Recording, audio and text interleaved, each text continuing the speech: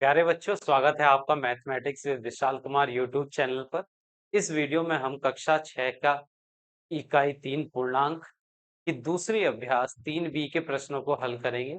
पहला प्रश्न है, निम्नांकित प्रश्नों 1 से 2 में केंद्रीय घानों की संख्या उसके चारों ओर के पटलों पर अंकित संख्याओं से किसी प्रकार संबंधित है। चिन्ह वाली प्रश्न चिन्ह वाली संख्या ज्ञात कीजिए। तो यहाँ पर 3 चित्र दिए गए हैं और उसमें से एक चित्र में बीच में केंद्र में एक प्रश्नवाचक चिन्ह है। इसका इस स्थान पर क्या आएगा वो हमको बताना है। तो पहला चित्र देखते हैं। इसमें 4 का संबंध 4 और 15 को जोड़ेंगे। पहले हम इस आकृति में लिखी हुई संख्याओं को जोड़ेंगे, केंद्र की संख्या छोड़कर। तो 4 प्लस 15 एक कोष्टक में, और उसके बाद -7 और -3 एक कोष्टक में, -7 -3 दूसरे कोष्टक में, और उनको बीच में जोड़ देंगे हम, बीच में प्लस का चिन्ह। तो 19 और 4 15 और 4 हो जाएंगे 19, बीच में प्लस का चिन्ह, और माइनस माइनस होते हैं प्लस, यानी कि 7 और 3 हो जाएंगे 10, और चिन्ह आ जाएगा जो अंक बड़ा है। तो 7 बड़ा है तो माइनस का 7 आ गया है 19, प्लस माइनस होते हैं माइनस, और आ गया है 10। 19 में से 10 घटाएंगे तो आ जाएगा 9, जो कि केंद्र में स्थित है। अब दूसरे चित्र को देखते हैं। यहाँ पर 21 पहले इस कोष्टक में लिखी हुई संख्या 21 पहले कोष्टक में लिखते हैं 21 माइनस 13, और दूसरे कोष्टक में 11 माइनस 19, 11 माइनस 9, और बीच में लगा देंगे हम प्लस का चिन्ह। तो 21 में 13 घटाएंगे तो आ जाएंगे 8, 21 में 13 घटाने पर आ जाएंगे 8, और प्लस 11 में से 9 घटाएंगे तो आ जाएंगे 2, 8 और 2 हो जाएंगे 10, जो कि केंद्र में लिखा हुआ है। उसी प्रकार यहाँ करते हैं हम तीसरे चित्र में। तो 17 और 14, 17 प्लस 14 एक कोष्टक में, उसके बाद दूसरे कोष्टक में -18 और -15, -18 और -15, और बीच में आ जाएगा प्लस का चिन्ह। तो 17 और 14 जुड़कर हो जाएंगे 31, 7 4 11, और ये होगा 31, बीच में प्लस का चिन्ह, और यहाँ माइनस माइनस होते हैं प्लस, तो 18 और 15 जुड़ जाएंगे, 8 5 13, हासिल ये हो जाएंगे 33, और चिन्ह आएगा माइनस का। प्लस माइनस माइनस होते हैं 33, 31 में 33 माइनस करेंगे तो आ जाएगा -2। तो विकल्प नंबर 1 इस प्रश्न का सही उत्तर होगा -2।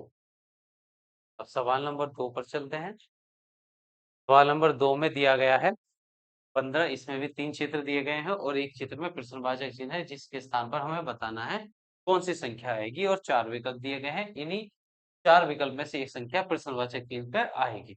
तो पहले हम इस कोष्टक में जो संख्या आई है 15 और +11, और दूसरे कोष्टक में 19 और -3, 19 और -3, और दोनों कोष्टकों के बीच में लगा देंगे माइनस का। तो 15 और 11 जोड़ने पर हो जाएगा 26, माइनस 19 में से 3 माइनस करने पर आ जाएगा 16।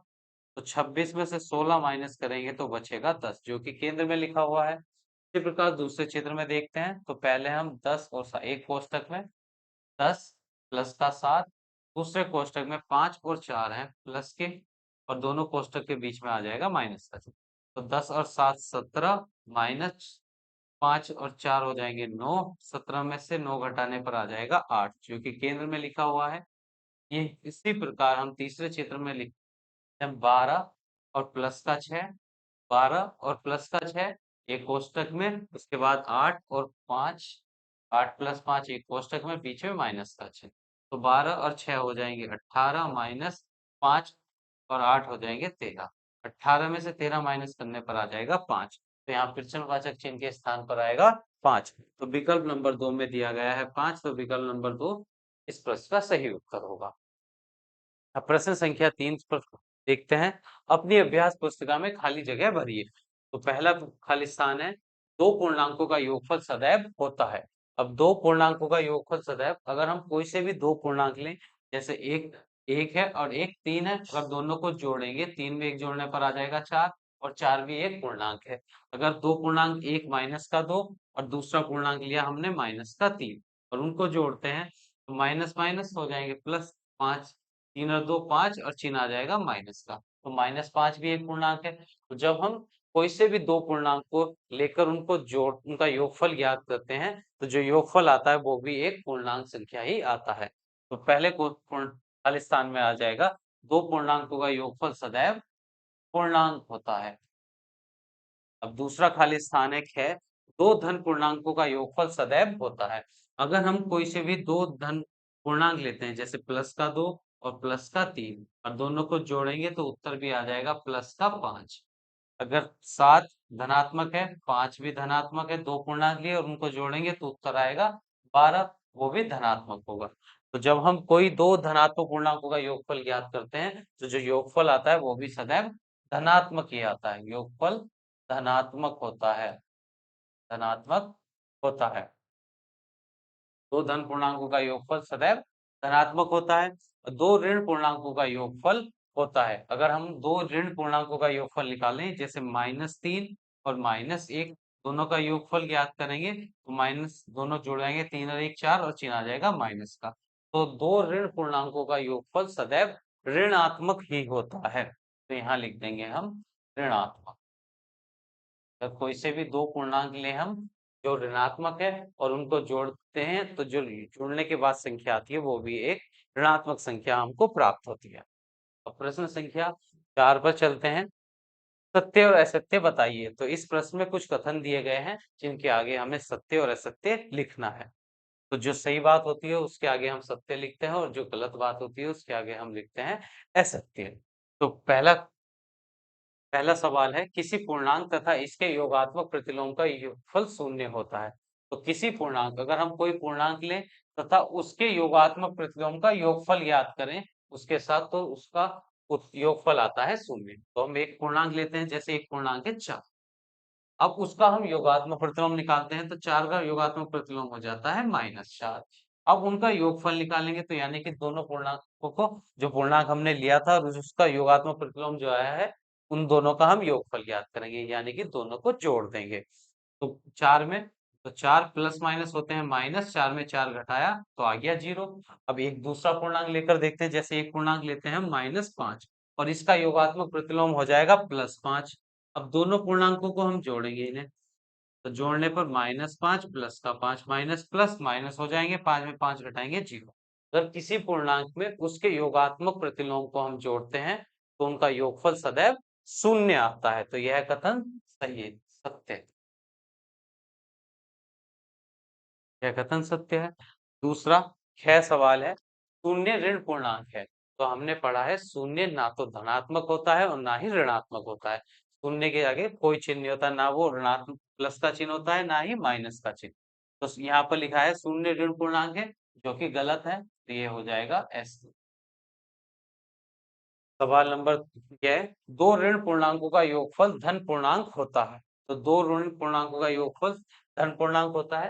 अगर कोई से भी दो ऋण पूर्णांक लें हमें, जैसे -3 और -2, और उनका योगफल ज्ञात करेंगे तो आ जाएगा -5, जो कि एक ऋणात्मक पूर्णांक आया है।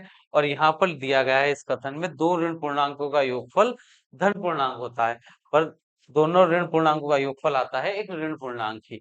तो यह हो गया असत्य है, सत्य। अब सवाल नंबर यह है, किसी पूर्णांक और शून्य का योगफल उस पूर्णांक के बराबर होता है। अगर हम कोई सा पूर्णांक लें, जैसे 5 एक पूर्णांक है और उसको उसका योगफल शून्य के साथ निकालें, तो 0 में 5 जोड़ने पर आ जाएगा 5, यानी कि वही पूर्णांक आ जाएगा। अगर -2 में हम 0 को जोड़ेंगे तो उत्तर आएगा -2। तो किसी भी पूर्णांक का योगफल अगर हम शून्य के साथ ज्ञात करते हैं तो उत्तर में हमें वही पूर्णांक प्राप्त हो जाता है। तो यह कथन सत्य लिखा हुआ है, यहाँ हम लिख देंगे। अब डे सवाल है, एक ऋण और एक धन पूर्णांक का योगफल सदैव धन पूर्णांक होता है। तो एक ऋण पूर्णांक लेना है और हमें एक धन पूर्णांक लेना है, यानी कि एक माइनस की संख्या और एक प्लस की संख्या, और दोनों का योगफल हम ज्ञात करेंगे तो देखते हैं कि उत्तर सदैव धनी, मतलब धनात्मक संख्या ही आएगा। तो -5 में अगर हम प्लस के 2 जोड़ते हैं तो माइनस प्लस होते हैं, -5 में से 2 घटाएंगे तो आ जाएगा 3, और चिन्ह लगाते हैं हम बड़े अंक का।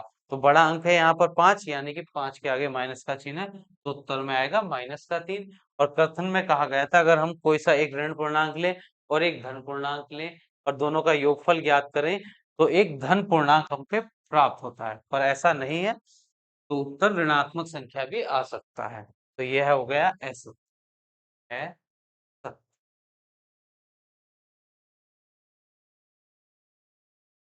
यह सवाल है, संख्या रेखा पर -18 और +18 शून्य से समान दूरी पे है। अगर कोई संख्या रेखा खींचे तो मध्य में होता है शून्य, और शून्य से दाईं ओर बराबर दूरी पर कुछ अंकों को चिन्हित करें। दाईं ओर आते हैं प्लस के पूर्णांक 4, 5, 6, 7, 8, 9, और इस बाईं ओर आते हैं माइनस के पूर्णांक -2, -3, -4, -5, इसी प्रकार चलते रहेंगे। तो यहाँ संख्या रेखा पर -18 और +18, तो शून्य से दाईं ओर बराबर दूरी पर आएगा +18, और शून्य से बराबर ही दूरी पर आएगा -18। तो शून्य से -18 और +18 का विस्थापन बराबर होता है। तो यह कथन हो जाएगा हमारा सत्य। अब 6 सवाल है दो धन पूर्णांकों का योगफल सदैव धन पूर्णांक होता है। अगर हम दो धन पूर्णांक लें, यानी कि दोनों प्लस की संख्या है, जैसे 5 भी प्लस का है और 7 भी प्लस का है, दोनों को जोड़ते हैं तो उत्तर भी क्या आएगा, एक धन पूर्णांक ही आता है। तो यह कथन भी सत्य है।